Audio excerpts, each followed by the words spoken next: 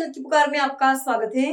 राम मंदिर चढ़ावा विवाद पर केजरीवाल का पीएम मोदी से सीधा सवाल। अयोध्या के राम मंदिर में चढ़ावे को लेकर कथित धांधली के आरोप पर सियासत तेज हो गई है। दिल्ली के पूर्व मुख्यमंत्री और आम आदमी पार्टी के राष्ट्रीय संयोजक अरविंद केजरीवाल ने इस मुद्दे को लेकर प्रधानमंत्री नरेंद्र मोदी पर गंभीर सवाल उठाए हैं।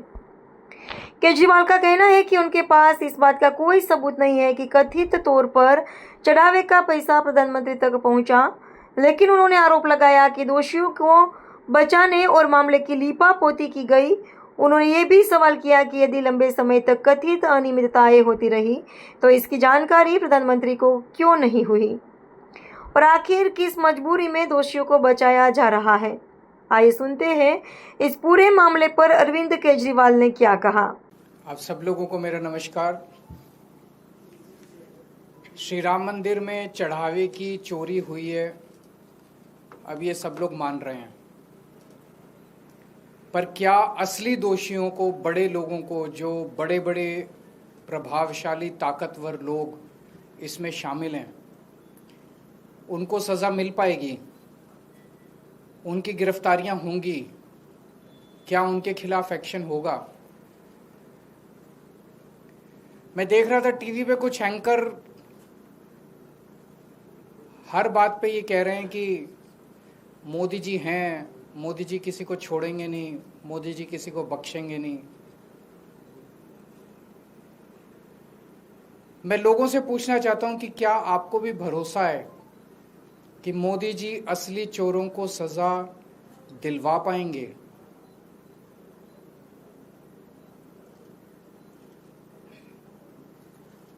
मैं ये नहीं कह सकता, मेरे पास इस बात का कोई सबूत नहीं है कि पैसा मोदी जी तक पहुंचा। इस पे मैं कोई टिप्पणी नहीं करूंगा, लेकिन पूरा घटनाक्रम ये जरूर दिखाता है कि मोदी जी ने पूरे मामले को रफा दफा करने, उसको ढकने और दोषियों को बचाने में कोई कसर नहीं छोड़ी है। प्रधानमंत्री जी ने ट्रस्ट बनाया, खुद पर्सनली उन्होंने ट्रस्ट बनाया। एक एक व्यक्ति जो इस ट्रस्ट के अंदर है वो प्रधानमंत्री जी ने खुद चुना। प्रधानमंत्री जी के अपने लोग हैं इस ट्रस्ट के अंदर। चंपत राय प्रधानमंत्री जी के बहुत खास माने जाते हैं। चंपत राय को श्री राम मंदिर का जनरल सेक्रेटरी और सर्वे सर्वा सब कुछ चंपत राय थे इस मंदिर में। सर्वे सर्वा बनाया वो मोदी जी ने बनाया, उनका अपना आदमी माना जाता है चंपत राय।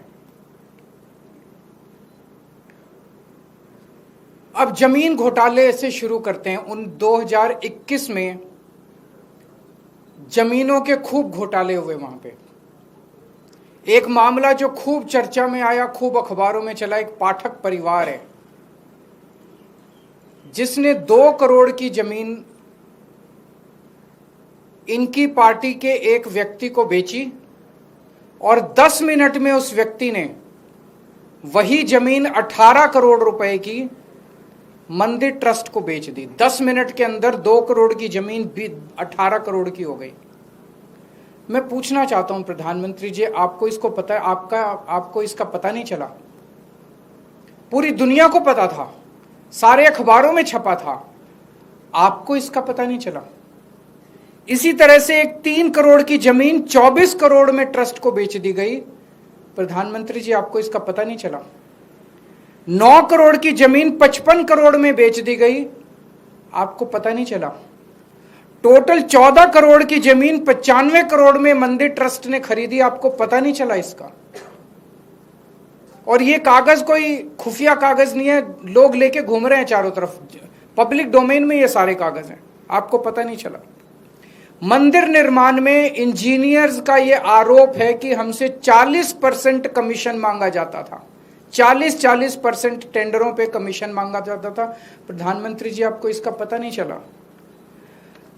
40 दिन में 70 बार सीसीटीवी कैमरों के अंदर चोरी पकड़ी गई, आपको पता नहीं चला?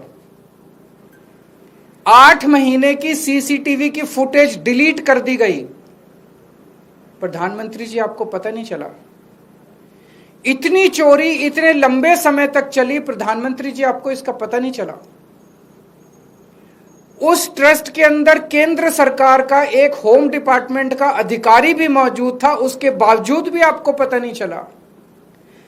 प्रधानमंत्री जी इस देश के हर बूथ के ऊपर कौन वोटर किस पार्टी का है, किसका नाम एसआईआर में कटवाना है और किसका नाम जुड़वाना है, यहां तक आपको पता है। और अगर आप कहें कि आपको इस चोरी का पता नहीं चला, तो ये तो हम मानने को तैयार नहीं है। आपको इस चोरी का पता था।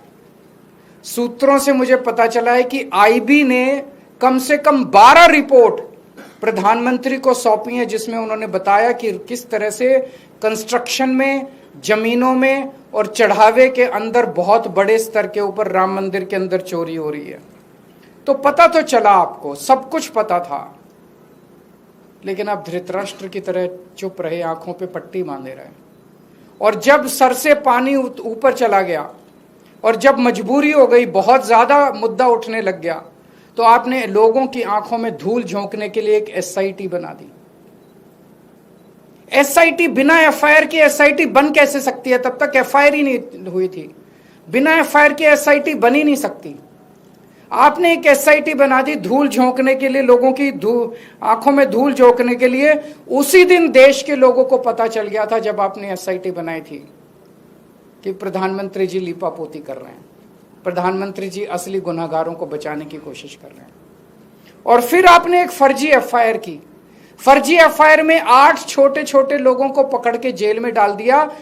उसमें भी उन 8 छोटे छोटे लोगों को भी पुलिस कस्टडी नहीं दिलवाई गई, सीधे जुडिशियल कस्टडी। पुलिस ने कस्टडी मांगी नहीं। किसी भी चोरी के मामले में पुलिस कहती है कि हमें पूछताछ करनी है, हमें चोर से पूछना है कि माल कहाँ है, किसके कहने से चोरी की, कोई मास्टरमाइंड तो नहीं है, टोटल कितनी चोरी की, कुछ नहीं। पुलिस ने कोई पूछताछ नहीं की उन 8 लोगों से। पुलिस कस्टडी नहीं ली गई उनकी। उनको एश्योरेंस दिया गया, चिंता ना करो, 2-4 दिन में बेल करा देंगे तुम्हारी। ये चल क्या रहा है प्रधानमंत्री जी?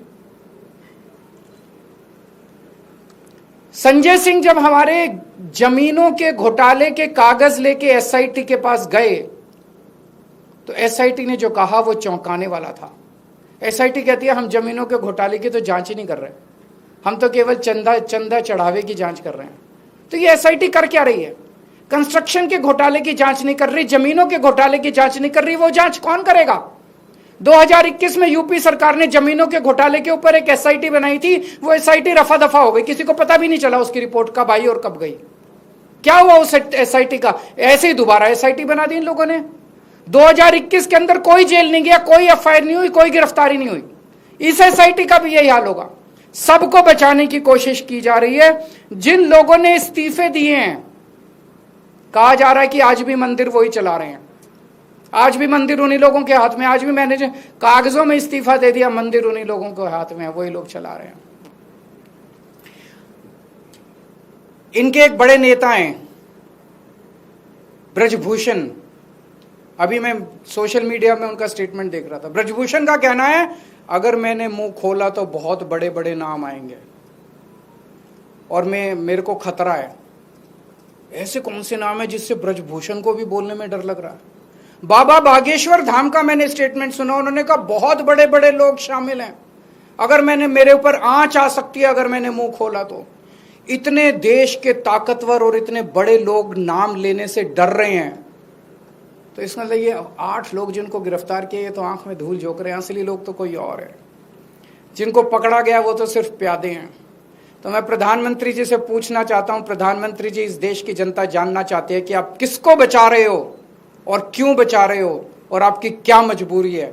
देश के करोड़ों करोड़ों लोगों की आस्था उसको ठेस पहुंची है।